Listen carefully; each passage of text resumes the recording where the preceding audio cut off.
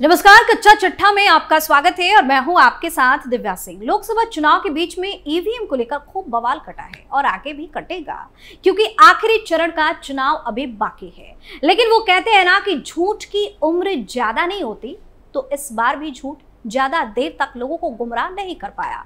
लोकसभा चुनाव के लिए विपक्षी पार्टियों के पास मुद्दे नहीं है, ऐसा आरोप बार बार लगाया जाता है और ईवीएम के नाम पर लोगों को गुमराह करने के लिए भी कई बार फजीयत हो चुकी है। इस बार भी कुछ ऐसा ही मामला सामने आया, जिसमें ईवीएम को लेकर जो झूठ फैलाया जा रहा था और कहा जा रहा था चुनाव को ईवीएम के जरिए प्रभावित किया जा रहा है, उसका भी सच अब सबके सामने आ गया है।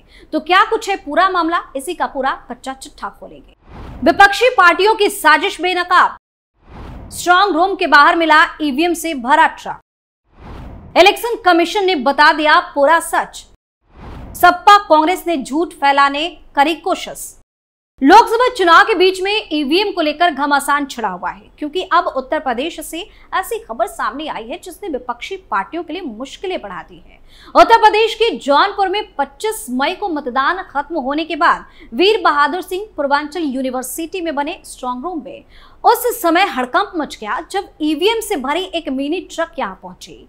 मौके पर मौजूद सपा उम्मीदवार बाबू सिंह कुशवाहा के समर्थकों ने ट्रक को रोका और पूछताछ शुरू कर दी। ट्रक पर सवार ड्राइवर और अधिकारी ने बताया कि ये रिजर्व ईवीएम है जो वोटिंग के दौरान खराब होने पर बदली जाती है और गलती से यहां आ गई। देखते ही देखते मौके पर सपा कार्यकर्ताओं का जमावड़ा लग गया। मौके पर डीएम, एसपी सहित अन्य अधिकारी भी पहुंच गए। सपा कार्यकर्ताओं का कहना था कि ईवीएम मशीन को जिस तरह से बिना जांच पड़ताल के मिनी ट्रक के जरिए यहां लाया गया, उससे यह संदेह पैदा होता है कि वोटों की गिनती के दौरान कुछ गड़बड़ी करने का प्रयास किया जा रहा है। कांग्रेस ने भी सोशल मीडिया पर लिखा है कि बीजेपी ने जौनपुर में मतदान को प्रभावित करने का दुष्प्रचार रचा है। सपा और कांग्रेस के आरोपों पर चुनाव आयोग का जवाब आया है। आयोग की तरफ से कहा गया है कि उत्तर प्रदेश कांग्रेस द्वारा प्रस्तुत पोस्ट में लगाए गए आरोप सही नहीं है। रात में ही जिला निर्वाचन अधिकारी जौनपुर द्वारा समाजवादी पार्टी के प्रत्याशी बाबू सिंह कुशवाहा की उपस्थिति में स्थिति को स्पष्ट कर दी गई थी, जिससे वो संतुष्ट भी है। इस प्रकार प्रकरण का संतोषजनक निस्तारण किया जा चुका है। इससे पहले बाबू सिंह कुशवाहा ने आरोप लगाया था कि रात लगभग 10 से 11 बजे के आसपास मिनी ट्रक बदलापुर की तरफ से आया। यह फिरोजाबाद नंबर की गाड़ी है। इसे बड़ी सावधानी के साथ लाया गया। पार्टी के साथियों ने गाड़ी को देखा, उसका सीधा पीछा किया। जब गाड़ी रुकी तो पूछा कि ये गाड़ी कहां जा रही है और इसमें क्या है, तो कोई जवाब नहीं मिला। एक पुलिस कर्मी भी साथ में था। इसके बाद ड्राइवर भाग गया। गाड़ी 1 घंटे से ज्यादा समय तक खड़ी रही।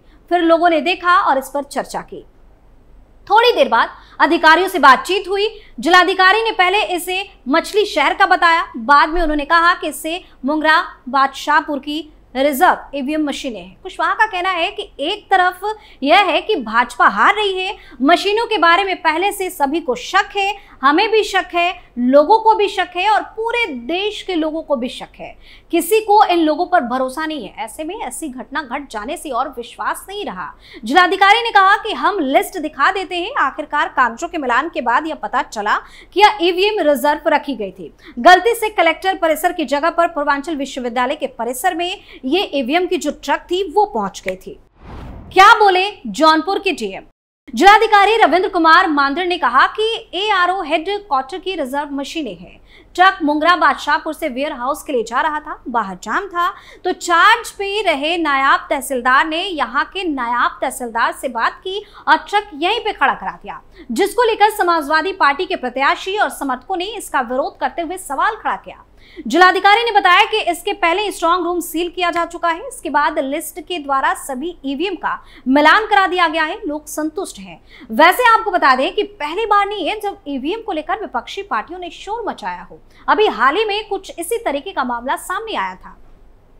दरअसल लोकसभा चुनाव के छठे चरण के मतदान के बीच विपक्ष लगातार झूठे आरोप लगाकर अपनी फजीहत करवाते हुए नजर आ रहा है। इस बार ये काम टीएमसी पार्टी ने किया, जिन्हें जवाब भारतीय निर्वाचन आयोग ने खुद दे दिया।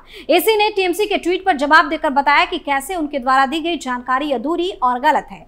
छठे चरण के मतदान के बीच ऑल इंडिया तृणमूल कांग्रेस ने आरोप लगाया कि बांकुरा के रघुनाथपुर में 5 ईवीएम मिली है, जिनके ऊपर भाजपा का टैग लगा है। ट्वीट में चुनाव आयोग ने तुरंत एक्शन लेने को कहा था। इसके साथ फोटो में दिखाई दे रहे कागज को भी लाल गोला किया गया था ताकि पता लग सके कि किस चीज को भाजपा का टैग कहा जा रहा है। चुनाव आयोग ने इसी ट्वीट का जवाब देते हुए टीएमसी के दावों की सच्चाई बताई। इलेक्शन कमीशन ने कहा कि कमीशनिंग के दौरान उम्मीदवारों और उनके एजेंटों द्वारा मौजूद कॉमन एड्रेस टैग पर हस्ताक्षर करवाए गए थे। चूंकि उस समय केवल भाजपा उम्मीदवार का प्रतिनिधि ही मौजूद था, इसलिए ईवीएम और वीवीपैट को चालू करने के लिए उनके हस्ताक्षर लिए गए। इसके अलावा इलेक्शन कमीशन ने यह भी कहा कि मतदान केंद्र 56, 58, 60, 61 और 62 पर मौजूद सभी एजेंटों के हस्ताक्षर मतदान के दौरान प्राप्त किए गए थे। सभी ईसीआई मानदंडों का पालन किया गया। मतदान पूरी तरह से सीसीटीवी कवरेज के तहत किया गया था और इसकी विधिवत वीडियोग्राफी भी की गई है।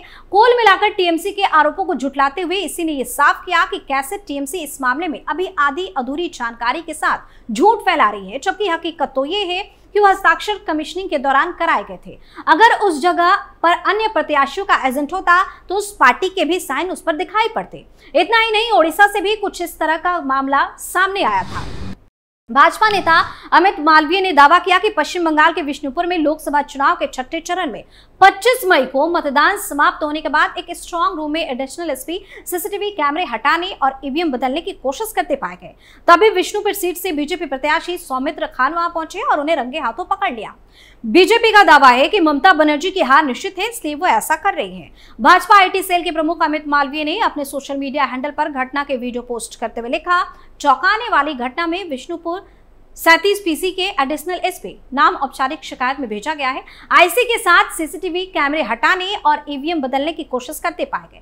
तभी हमारे उम्मीदवार सौमित्र खान पहुंचे और उन्हें रंगों हाथों पकड़ लिया। ममता बनर्जी चुनाव हार रही है और इसलिए अनैतिक तरीकों का सहारा ले रही है। बता दें कि विष्णुपुर लोकसभा सीट पर दिलचस्प मुकाबला है। यहाँ तलाकशुदा कपल भाजपा और तृणमूल के टिकट पर आमने सामने है। दोनों उम्मीदवार यहाँ की पेयजल समस्या और खस्ताहाल सड़कों की समस्या दूर करने के वादे कर रहे हैं। विष्णुपुर लोकसभा सीट से सौमित्र खान भारतीय जनता पार्टी के टिकट पर और उनकी तलाकशुदा पत्नी सुजाता मैदान तृणमूल के टिकट पर अपनी किस्मत आजमा रही है। विष्णुपुर से लगातार तीसरी बार चुनाव लड़ रहे सौमित्र खान ने 2014 से 45.5% वोट हासिल किए थे। इसके मुकाबले पिछले चुनाव में उन्होंने 46.25% वोट लेकर अपने निकटतम प्रतिद्वंदी टीएमसी के उम्मीदवार को 78,000 मतों के अंदर से हराया था। इस बार विष्णुपुर सीट पर सौमित्र खान का मुकाबला उनकी पूर्व पत्नी सुजाता मैदान से है, जो टीएमसी के टिकट पर उन्हें चुनौती दे रही है। यानी कुल मिलाकर अगर देखा जाए तो ईवीएम को लेकर जो घमासान छिड़ा हुआ है वो थमता हुआ नजर नहीं आ रहा है। अब देखना होगा कि आखिरी चरण के मतदान के बाद 4 जून को किस पार्टी के सिर पर जीत का सेहरा सजेगा। कच्चा चिट्ठा में फिलहाल के लिए इतना ही। बाकी खबरों के लिए आप देखते रहिए कैपिटल टीवी। नमस्कार।